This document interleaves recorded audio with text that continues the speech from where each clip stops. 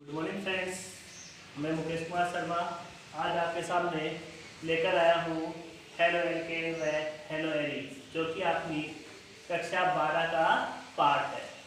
ठीक है, तो आज अपन सब मिलके इस पार्ट का अध्ययन करेंगे। देखो इधर बच्चों, सबसे पहले बात करें अपन इस हेलो एल्केन की बात करने से पहले अपने को ये पता है कि ये हेलो एल्केन जो है वो दो शब्दों से, पहला शब्द है हेलो और दूसरा है एल्केन। दो शब्द मतलब हेलो प्लस एल्केन से मुझे पता है। देखो इधर हेलोजन का मतलब होता है अपने पास FCl Br और I। एल्केन का मतलब कोई सी भी संतृप्त हाइड्रोकार्बन, जैसे कि मैंने यहाँ पे इसका उदाहरण लिख दिया CH4। ये है अपने पास यहाँ पे एल्केन और ये है हेलोजन। एक यहाँ पे एक TH3 होती है जो अत्यधिक रेडियो एक्टिव होने की वजह से अपन उसको यहाँ पे काम में नहीं लेते। तो सबसे पहले अपन बात करें हेलो एल्केन किसे कहते हैं, तो अपने को सबको पता है। देखो इधर कि यदि कोई एल्केन में से एक हाइड्रोजन परमाणु का प्रतिस्थापन, मतलब एक हाइड्रोजन परमाणु क्या हो, बाहर निकले किसके द्वारा, किसी हेलोजन के द्वारा, तो वो बनाता है यहाँ पे एल्किल हैलाइड, यानी कि हेलो एल्केन। जैसे कि इसका अपन सीधा सा एक उदाहरण ले, एल्केन का प्रथम सदस्य होता है CH4 मेथेन। एल्केन का प्रथम सदस्य क्या होता है, CH4। यदि मैं इसको ऐसा लिखूं CH और ये H, और इस हाइड्रोजन का प्रतिस्थापन मैं किसी भी हेलोजन परमाणु के द्वारा करूं, किसी भी किसके द्वारा, हेलोजन परमाणु के द्वारा। अब अपने को यहाँ पे ये चीज ध्यान रखनी है कि ये जो हेलोजन परमाणु है ये एक हाइड्रोजन को प्रतिस्थापन कर सकता है, 2 को कर सकता है और 3 को कर सकता है। ठीक है, तो यहाँ पे इस एक हेलोजन का इससे ऐड करूं और यहाँ से क्या बाहर निकालूं, H। हाइड्रोजन को यहाँ जोड़ू और हाइड्रोजन को यहाँ से क्या करूं, मैं बाहर निकालूं, तो ये क्या बनेगा अपने पास यहाँ पे CH3X। क्योंकि यहाँ पे कितने हाइड्रोजन परमाणु है, 2, यहाँ से H निकलेगा तो ये H जो है वो दूसरे हाइड्रोजन के साथ क्रिया करके HX का निर्माण कर लेता है। तो इसका मतलब ये हुआ कि अपन इसका सीधा सा परिभाषा ज्ञात करें तो सीधी सिंपल परिभाषा हो जाएगी कि जब किसी संतृप्त हाइड्रोकार्बन में से, ये संतृप्त हाइड्रोकार्बन मतलब एल्केन से, जब किसी संतृप्त हाइड्रोकार्बन में से किसी हाइड्रोजन परमाणु का प्रतिस्थापन किसके द्वारा हो, हेलोजन परमाणु के द्वारा, तो बनने वाला उत्पाद क्या होता है अपना, हेलो एल्केन या एल्किल हैलाइड। तो अपन इसकी परिभाषा लिखे, तो क्या लिखेंगे बच्चों इसकी परिभाषा, तो देखो इसकी परिभाषा लिखते हैं अपन सीधा सा इसकी कि हेलो एल्केन की परिभाषा।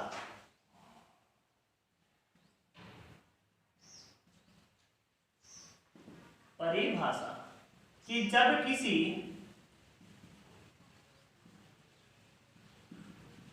संतृप्त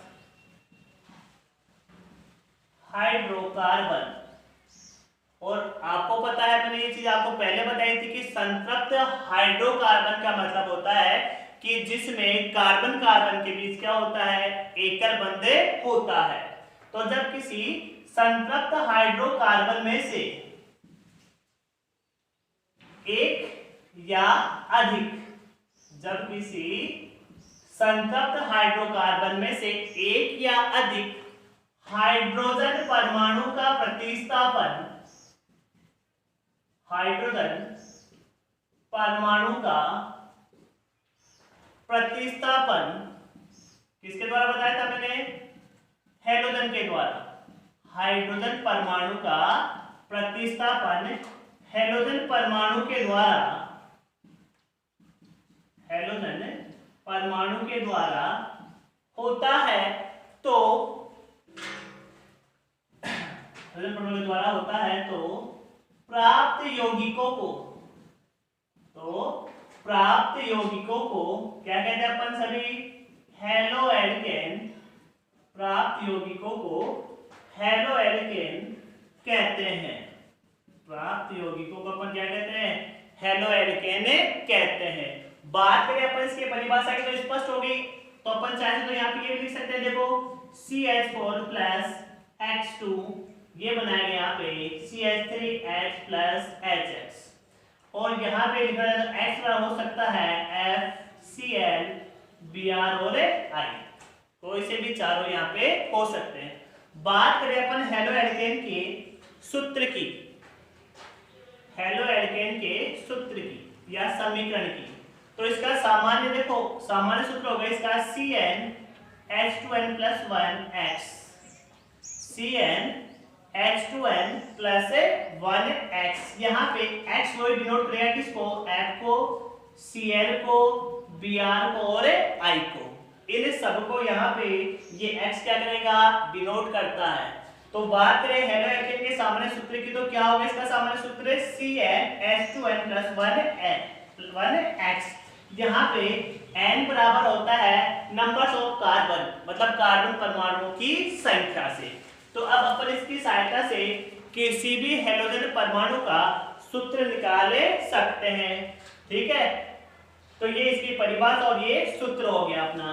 अब सीधी सी बात, अपन ने जब ये हैलोएल्केन पढ़ लिया, ठीक है, तो इसकी परिभाषा अपने को याद हो गई कि इसमें ये आता, ये चीजें आती है और ये नहीं आती है। ये इसकी सामान्य परिभाषा और ये हो गए। अब अपन देखो बात करते हैं इस पाठ की कि इस पाठ में अपने को क्या क्या पढ़ना है, क्या क्या अपन इसकी स्टडी करेंगे इस पाठ में से। तो देखो सबसे पहले अपन ने बताई थी हैलोएल्केन की, कि अपन ने यहाँ पे क्या पढ़ना है? हैलोएल्केन, या अपन इसको कहते हैं एल्किल हैलाइड। यदि दो हैलोजन का होता है तो अपन इसको क्या बोलते हैं? डाइहैलाइड। यदि तीन हो तो क्या बोलेंगे इसको? ट्राइहैलाइड। यदि एक हैलोजन का प्रतिस्थापन होता है तो एल्किल हैलाइड, दो का होता है तो डाइहैलाइड, तीन का होता है तो ट्राइहैलाइड। उसके बाद अपन इसमें पढ़ेंगे अपन हाइड्रोफोन। उसके बाद में 5 नंबर पे है क्लोरोफोन।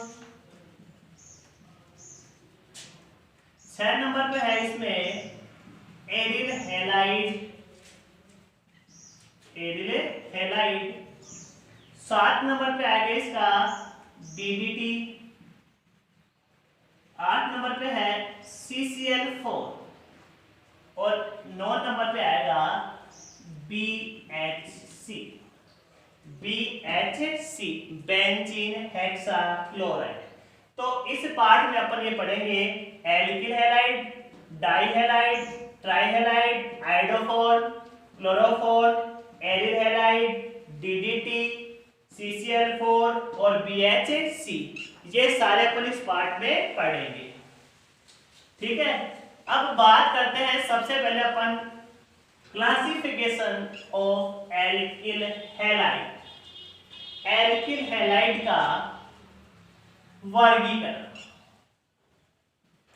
एल्किल हैलाइड का वर्गीकरण, तो देखो एल्किल हैलाइड का जो वर्गीकरण है वो अपन दो प्रकार से करते हैं।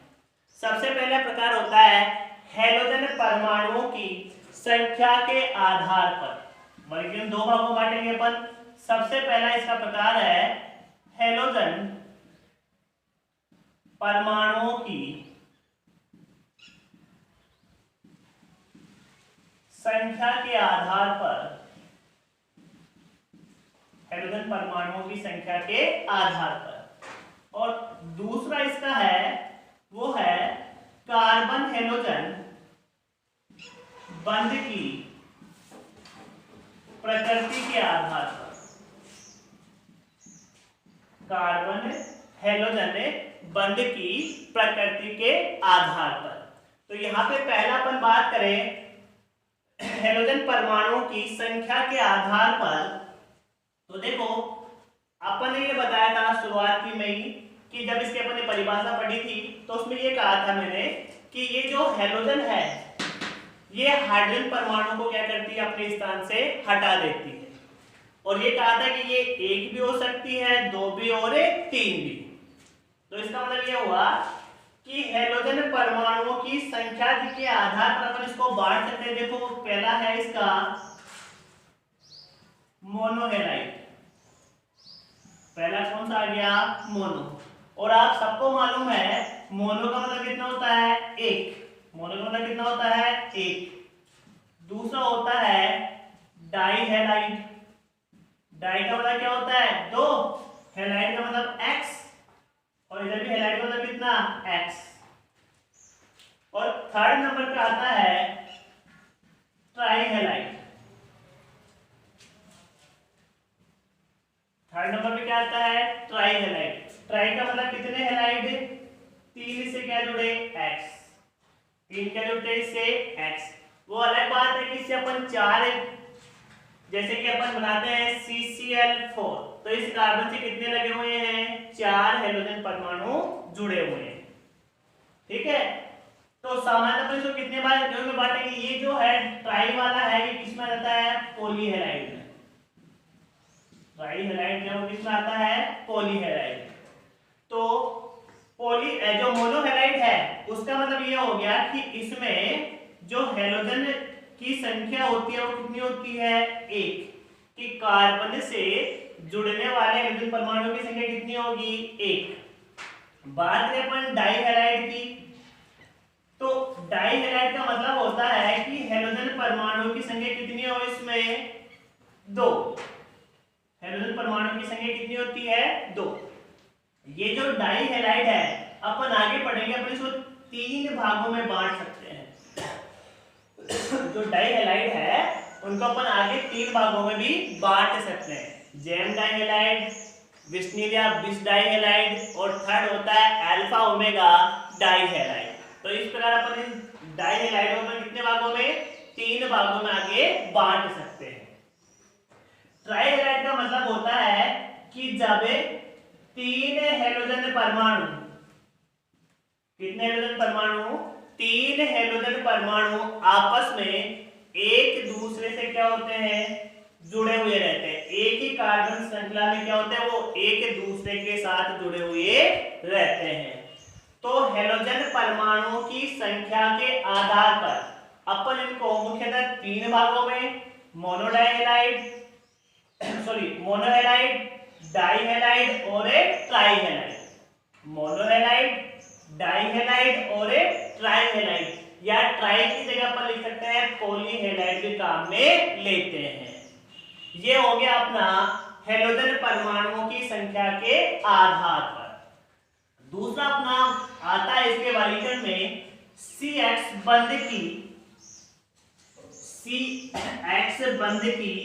प्रकृति के आधार पर भी आता है इसका CX बंध की प्रकृति के आधार पर, CX बंध की प्रकृति के आधार पर। इस CX बंध की प्रकृति के आधार पर एल्किल हैलाइड का वर्गीकरण समझने से पहले देखो बच्चों, अपने को एक चीज बात ध्यान रखनी है कि यदि CX का मतलब कार्बन और X का मतलब है हेलोजन है, तो इसमें एक नया आता है संकरण शब्द, जो कि अपन ने 11वीं क्लास में बहुत अच्छी तरीके से पढ़ा था, ऑर्गेनिक में भी और इनऑर्गेनिक में भी। फिर मैं आपको एक बार वापस से रिपीट करता हूं कार्बनिक रसायन के हिसाब से। तो देखो इधर कि यदि कार्बन कार्बन के बीच एकल बंध होता है, यदि कोई सा भी कार्बन कार्बन के बीच क्या हो, एकल बंध होता है, या ये कहते हैं कि उनके बीच में कैसा हो, सिग्मा बंध। कैसा बंध होता है उनके बीच में, सिग्मा बंध। तो वो होता है sp3 संकरण। वो क्या होता है, sp3। और यदि कार्बन कार्बन के बीच क्या हो, द्विबंध, सिग्मा और पाई बंध, इसका मतलब वो होता है अपना sp2 संकरण। क्या होता है वो? sp2 संकरण। और यदि कार्बन कार्बन के बीच क्या हो? त्रिबंध होता है तो वो बनाता है सिग्मा और पाई बंध, और उसमें होता है sp2 संकरण। ठीक है, तो यहाँ पे संकरण की बात हो गई sp3, sp2 और sp3, sp2 और sp संकरण। ये तीनों संकरण जो है यदि अपन यहाँ पे समझ लेते हैं अच्छी तरीके से, तो आगे के जो पार्ट है उनमें उस टॉपिक को अपने को समझने में क्या होती है? आसानी रहेगी। तो बताओ किसी को परेशानी कि यदि कार्बन कार्बन के बीच क्या होता है? एकल बंध होता है तो कौन सा संकरण होगा? sp3। कार्बन कार्बन के बीच यदि द्विबंध होता है तो कौन सा होता है? sp2। और यदि कार्बन कार्बन के बीच क्या हो? त्रिबंध होता है तो उसमें कौन सा संकरण होता है? sp संकरण होता है। ठीक है, तो इस आधार पर CH बंध की प्रकृति के आधार पर अपन इसको अलग अलग प्रकार के एल्किल हैलाइडों में बांटे सकते हैं। इसका मतलब ये हो गया कि ये जो वर्गीकरण है CH बंध की प्रकृति के आधार पर, इसको अपन संकरण के आधार पर कि इसमें sp3 संकरण है या sp2 संकरण है, इस आधार पर अपन इसको बांट सकते हैं, जो कि अपन पढ़ेंगे अगली क्लास में, आगे की क्लास में। मैं उम्मीद करता हूं आपको ये मेरा वीडियो जो है वो अच्छा लगा होगा, और इसको आप सब्सक्राइब कीजिए और आगे की क्लासों का आनंद लीजिए। धन्यवाद।